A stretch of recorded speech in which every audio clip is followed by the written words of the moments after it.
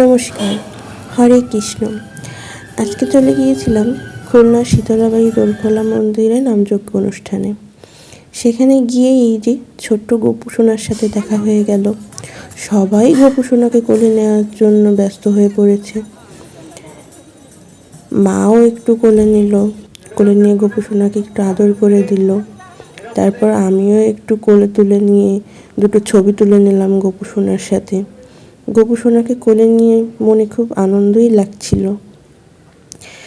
তারপর গোপু সোনাকে তার মায়ের কোলে দিয়ে আমি এই যে নামযজ্ঞ অনুষ্ঠান শোনায় মনোনিবেশ করলাম।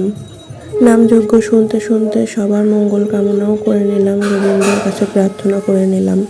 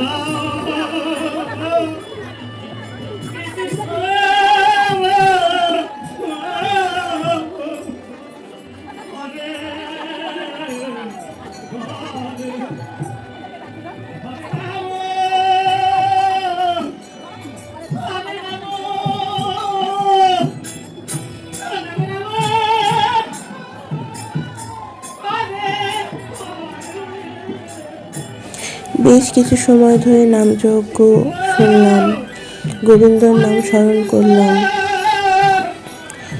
এরপর মাকে প্রণাম করে নিলাম।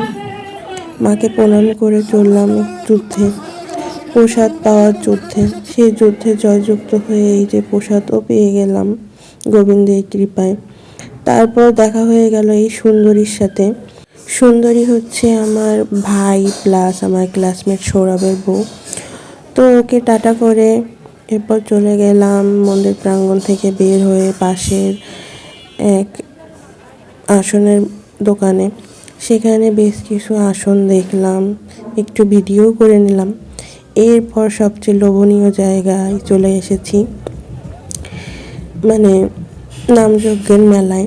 সেখানে আচার দেখলাম, আচারের দোকানে একটু ঘুরু ঘুরু করে আচারও টেস্ট করলাম। তারপর আশেপাশের দোকানগুলো একটু দেখলাম, আর অন্যান্য কী কী আছে সেগুলোও দেখলাম। সব কিছু দেখে এক প্যাকেট বাদাম কিনে আবারও নাম কীর্তন শুনতে শুনতে রাস্তা দিয়ে বাড়ির পথে চললাম। টাটা সবাইকে, ভালো থেকো।